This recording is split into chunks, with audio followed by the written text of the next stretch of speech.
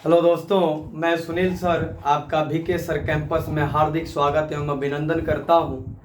दोस्तों, सबसे पहले मैं बता दूं, कई दिनों के बाद आज मौका मिला है हिंदी का डेमो क्लास देने का।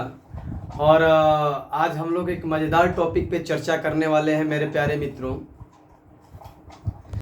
तो मेरे प्यारे दोस्तों, पढ़ाने से पहले मैं आप लोगों को एक बात बताना चाहूँगा। क्योंकि जब हम क्लास की ओर बढ़ते हैं, जो भी पढ़ने वाला विद्यार्थी होता है, जब क्लास करता है, कोचिंग करता है, तो उसका एक ही लक्ष्य होता है, सफलता प्राप्त करना।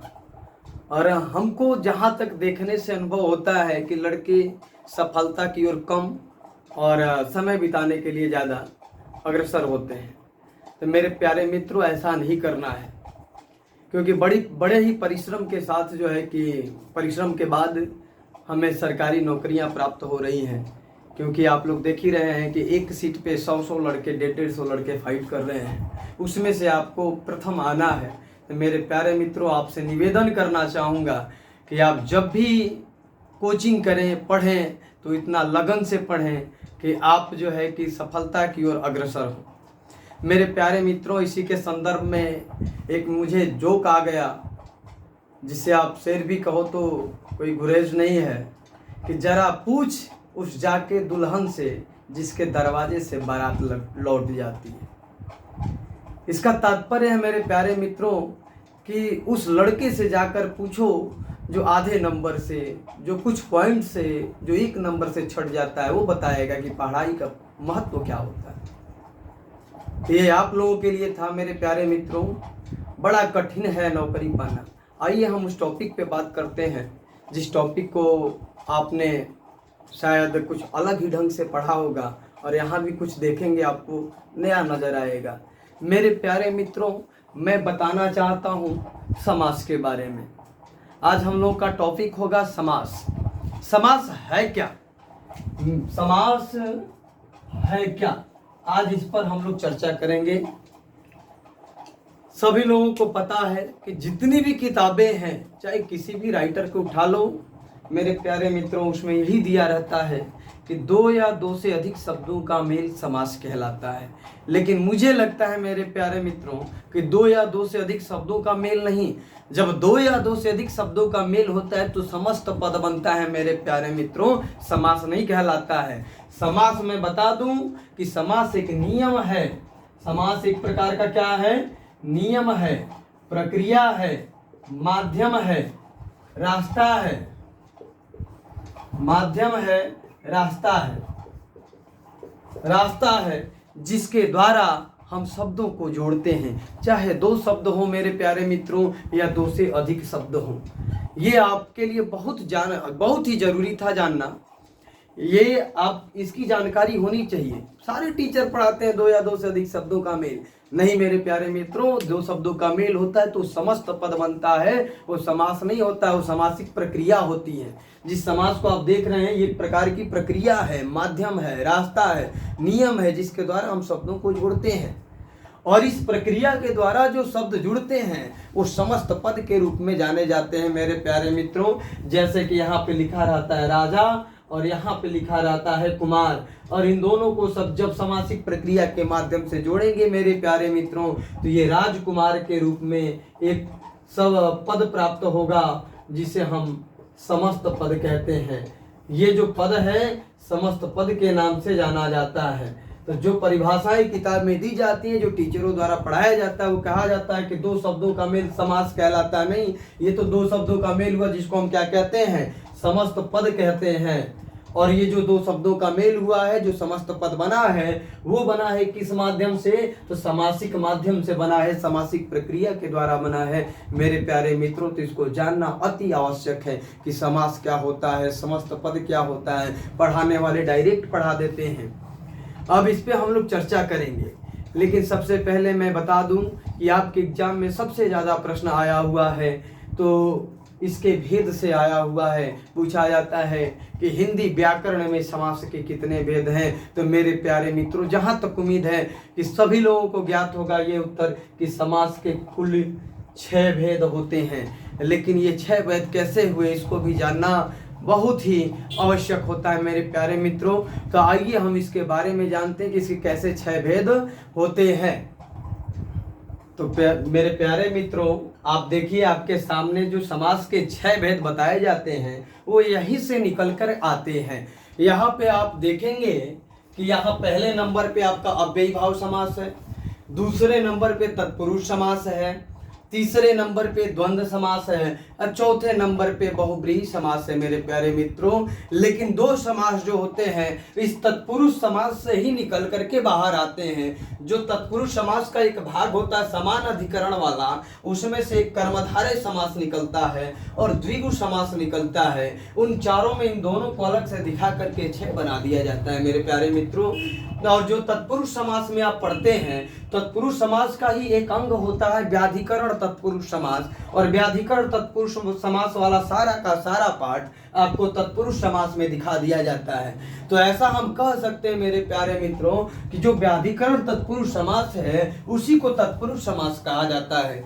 आप अपनी किताब खोलिएगा, कोई भी किताब खोलिएगा, लुसेंट की खोलिए, आप जो है कि हरदेव बाहरी की खोलिए, पीएन पांडे की खोलिए, आर.एस. अग्रवाल का खोलिए, एग्जाम कार्ड का खोलिए, चाहे कोई भी किताब, प्लेटफॉर्म की भी किताब आती है, एक ये किताब नई पूजा की आ रही है करके, अरिहंत की आ रही, कोई किताब खोल लो मेरे प्यारे मित्रों, जो मैंने व्याधिकरण तत्पुरुष समास में लिखा है वही आपके किताब में तत्पुरुष समास में लिखा हुआ देगा।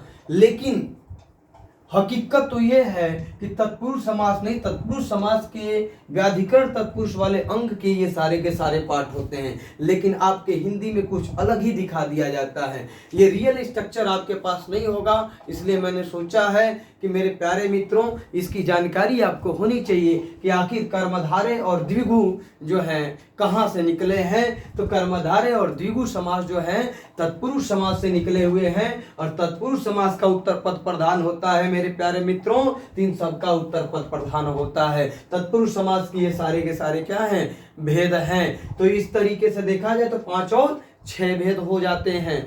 वैसे मेरे प्यारे मित्रों आपके एग्जाम में कई बार का प्रश्न किया गया है कि प्रधानता के आधार पर कितने समास होते हैं। तो प्रधानता के आधार पर देख लीजिए मेरे प्यारे मित्रों, एक अव्ययी भाव समास है, एक तत्पुरुष समास है, एक द्वंद्व समास है, एक बहुब्रीहि समास है।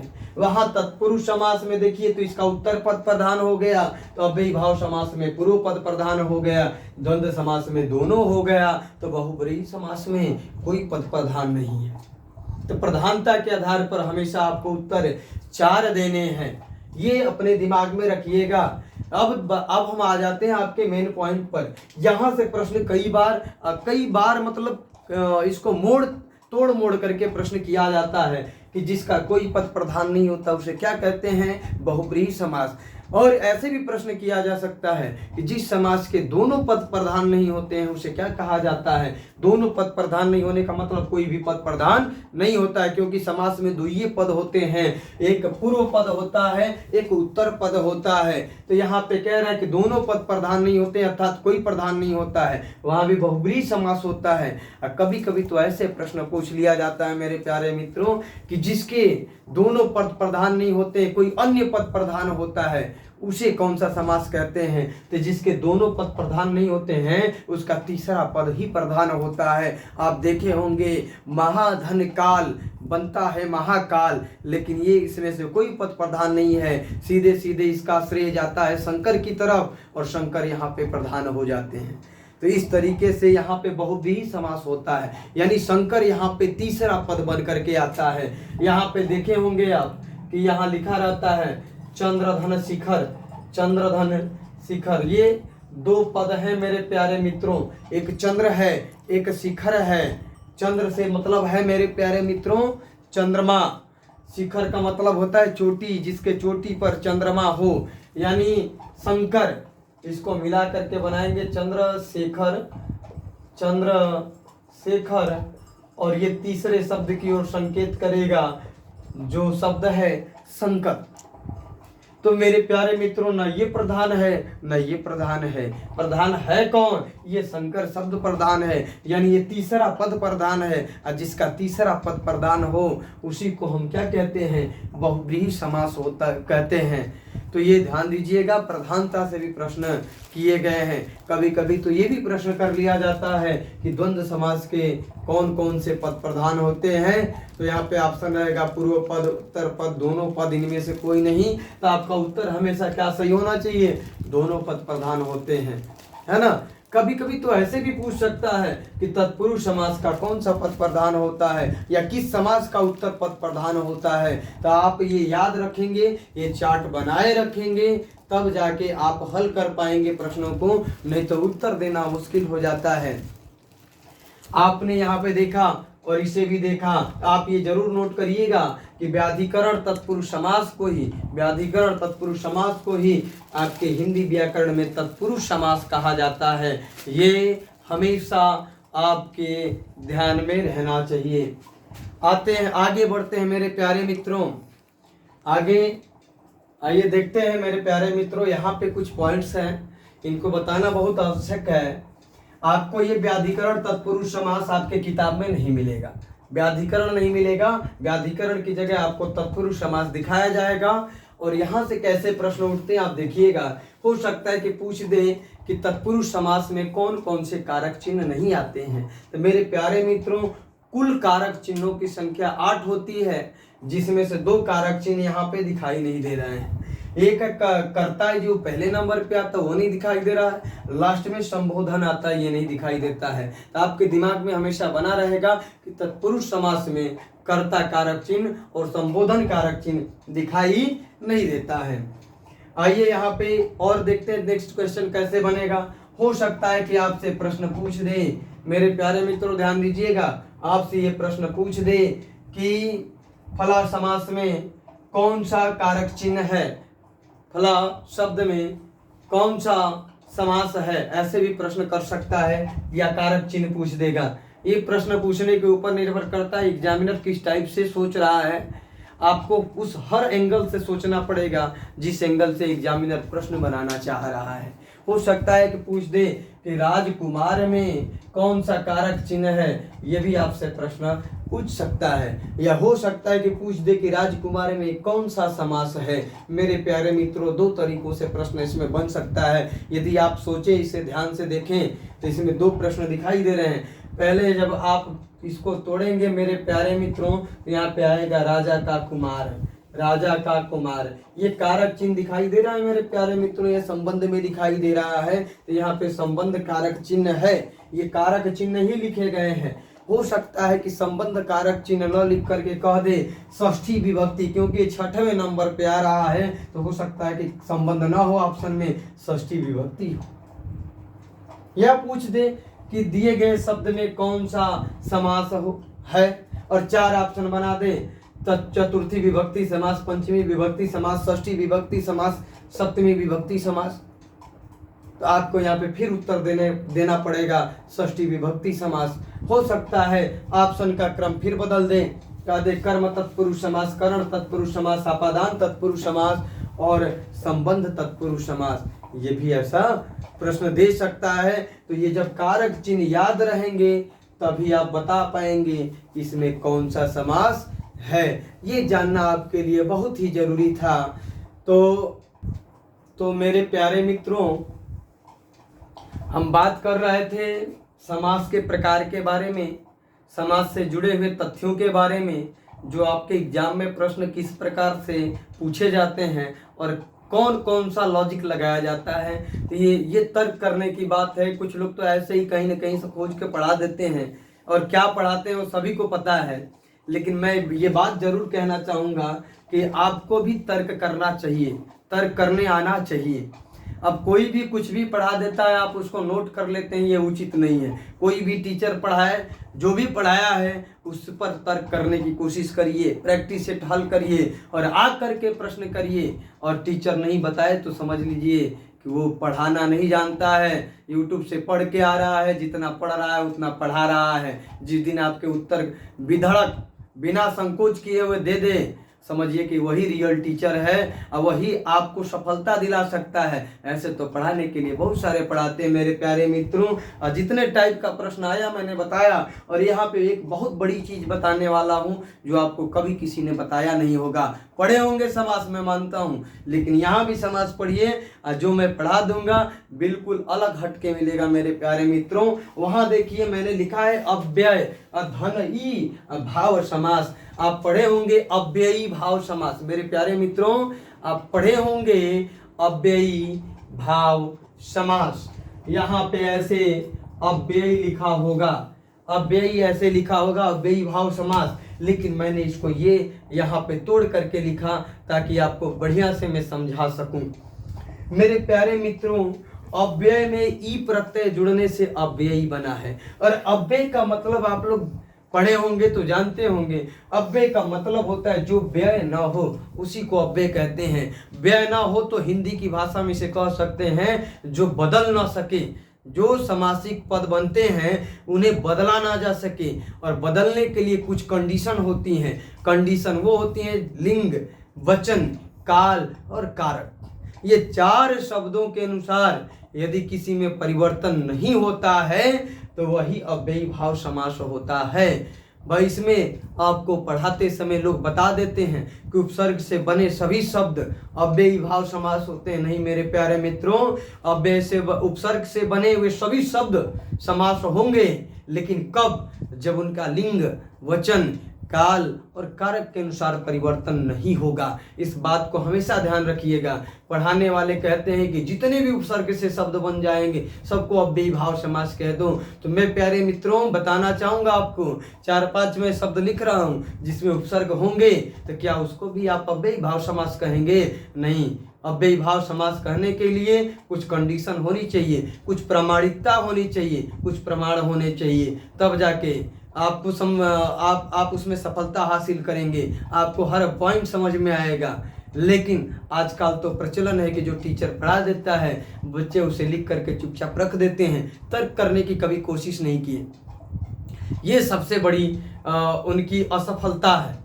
मैं बताना चाहता हूँ, यहाँ पे लिख देगा कुकर्म, ये भी उपसर्ग है कु मेरे प्यारे मित्रों। यहाँ पे लिख देगा सुव्यवस्था, यहाँ पे भी ये सु जो है उपसर्ग है। यहाँ पे लिख देगा अन्याय, यहाँ पे अ उपसर्ग है।